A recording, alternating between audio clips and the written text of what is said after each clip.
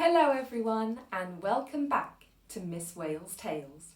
I'm your storyteller, Miss Whale, and today we're reading Chapter 7 from Alice's Adventures in Wonderland. You may remember that at the end of Chapter 6 she had just come upon the Mad Hatter's tea party.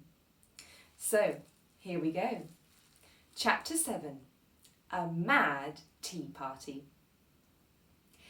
There was a table set out under a tree in front of the house, and the March Hare and the Hatter were having tea at it. A Dormouse was sitting between them, fast asleep, and the other two were using it as a cushion, resting their elbows on it and talking over its head. Very uncomfortable for the Dormouse, thought Alice. Only, as it's asleep, I suppose it doesn't mind.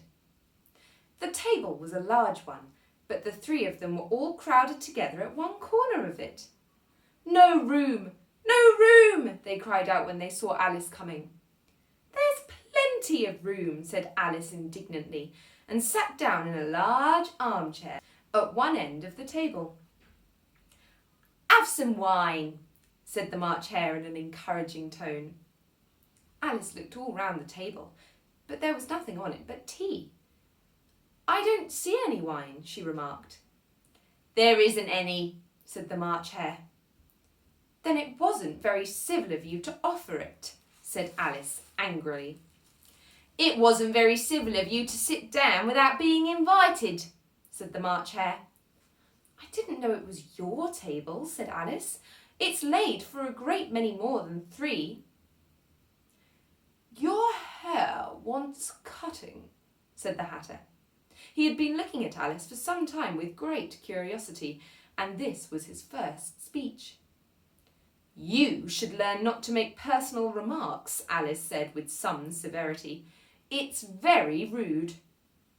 The Hatter opened his eyes very wide on hearing this, but all he said was, "Why is a raven like a writing desk?" "Come, we shall have some fun now," thought Alice. "I'm glad they've begun asking riddles. I believe I can guess that," she added aloud. "Do you mean that you think you can find out the answer to it?" said the March Hare. "Exactly so," said Alice. "Then you should say what you mean," the March Hare went on. "I do," Alice replied hastily. At least, I mean what I say. That's the same thing, you know." "Not the same thing a bit," said the Hatter. "You might as well just say that I see what I eat is the same thing as I eat what I see."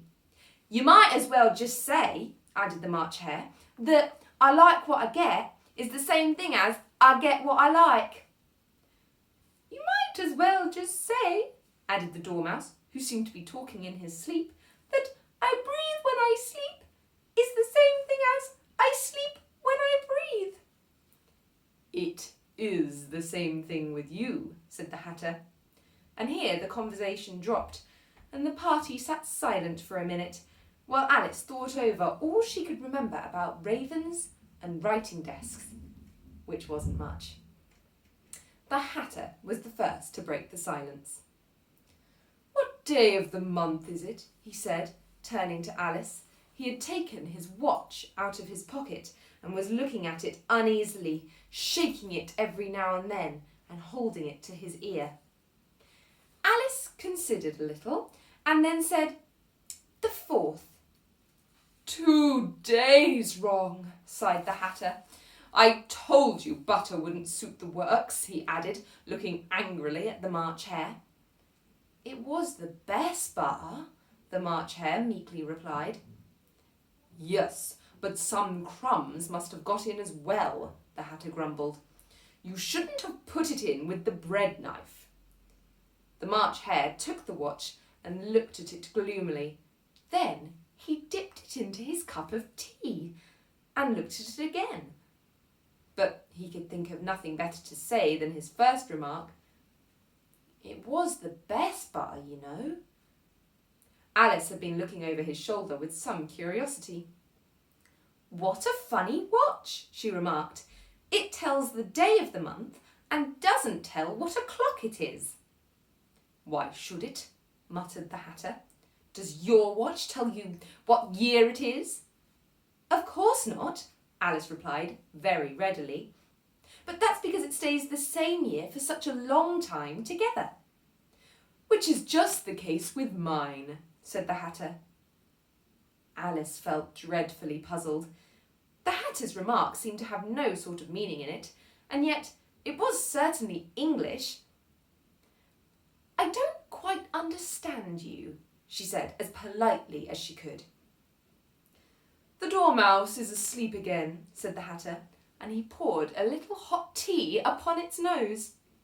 The Dormouse shook its head impatiently and said, without opening its eyes, Of course, just what I was going to remark myself." "Have you guessed the riddle yet?" the Hatter said, turning to Alice again. "No, I give up," said Alice. "What's the answer?" "I haven't the slightest idea," said the Hatter. "Nor I," said the March Hare. Alice sighed wearily. "I think you might do something better with the time," she said, "than waste it in asking riddles that have no answers." "If you knew time as well as I do," said the Hatter, "you wouldn't talk about wasting it. It's him." "I don't know what you mean," said Alice. "Of course you don't," the Hatter said, tossing his head contemptuously. "I dare say you never even spoke to time." "Perhaps not," Alice cautiously replied, "but I know I have to beat time when I learn music." "Ah, that accounts for it," said the Hatter. "He won't stand beating. Now, if only you'd kept on good terms with him, he'd do almost anything you liked with the clock. For instance, suppose it was 9 o'clock in the morning, just time to begin lessons. You'd only have to whisper a hint to time, and goes round the clock in a twinkling. 1:30, time for dinner." "I only wish it was," the March Hare said to itself in a whisper. "That would be grand, certainly," said Alice thoughtfully. "But then I shouldn't be hungry for it, you know." "Not at first, perhaps," said the Hatter, "but you could keep it to 1:30 as long as you liked." "Is that the way you manage?" Alice asked. The Hatter shook his head mournfully. "Not I," he replied. "We quarrelled last March, just before he went mad, you know," pointing with his teaspoon at the March Hare. "It was the great concert given by the Queen of Hearts, and I had to sing, 'Twinkle, twinkle, little bat, how I wonder what you're at.' You know the song, perhaps?" "I've heard something like it," said Alice. "It goes on, you know," the Hatter continued, "in this way. 'Up above the world you fly, like a tea tray in the sky. Twinkle, twinkle.'" Here the Dormouse shook itself and began to sing in its sleep. "Twinkle, twinkle, twinkle, twinkle," and went on so long that they had to pinch it to make it stop. "Well, I'd hardly finished the first verse," said the Hatter, "when the Queen jumped up and bawled out, 'He's murdering the time! Off with his head!'" "How dreadfully savage!" exclaimed Alice. "And ever since that," the Hatter went on in a mournful tone, "he won't do a thing I ask. It's always 6 o'clock now." A bright idea came into Alice's head. "Is that the reason so many tea things are put out here?" she asked. "Yes, that's it," said the Hatter with a sigh. "It's always tea time, and we've no time to wash the things between whiles." "Then you keep moving around, I suppose?" said Alice. "Exactly so," said the Hatter, "as the things get used up." "But what happens when you come to the beginning again?" Alice ventured to ask. "Suppose we change the subject," the March Hare interrupted, yawning. "I'm getting tired of this. I vote the young lady tells us a story. I'm afraid I don't know one, said Alice, rather alarmed at the proposal. Then the Dormouse shall, they both cried. Wake up, Dormouse! And they pinched it on both sides at once. The Dormouse slowly opened its eyes. I wasn't asleep, he said in a hoarse, feeble voice. I heard every word you fellows were saying. Tell us a story, said the March Hare. Yes, please do, pleaded Alice. And be quick about it, added the Hatter, or you'll be asleep again before it's done. Once upon a time there were 3 little sisters, the Dormouse began in a great hurry. And their names were Elsie, Lacey and Tilly, and they lived at the bottom of a well. What did they live on? Said Alice, who always took a great interest in questions of eating and drinking. They lived on treacle, said the Dormouse, after thinking for a minute or two. They couldn't have done that, you know, Alice remarked gently. They'd have been very ill. So they were, said the Dormouse. Very ill.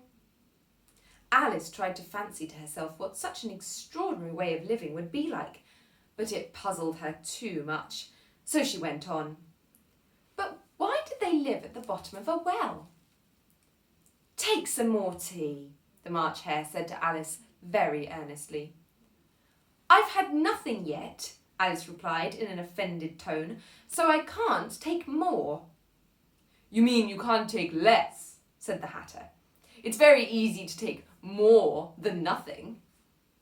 Nobody asked your opinion, said Alice. Who's making personal remarks now? Said the Hatter triumphantly. Alice did not quite know what to say to this, so she helped herself to some tea and bread and butter, and then turned to the Dormouse and repeated her question. Why did they live at the bottom of a well? The Dormouse again took a minute or two to think about it, and then said, It was a treacle well. There's no such thing, Alice was beginning very angrily, but the Hatter and the March Hare went shh, shh, and the Dormouse sulkily remarked, If you can't be civil, you'd better finish the story for yourself. Oh, no, please go on, Alice said very humbly. I won't interrupt again. I dare say there may be one. One indeed, said the Dormouse indignantly. However, he consented to go on. And so these 3 little sisters, they were learning to draw, you know. What did they draw? Said Alice, quite forgetting her promise. Treacle, said the Dormouse, without considering at all this time. I want a clean cup, interrupted the Hatter. Let's all move one place on. He moved on as he spoke, and the Dormouse followed him. The March Hare moved into the Dormouse's place, and Alice rather unwillingly took the place of the March Hare.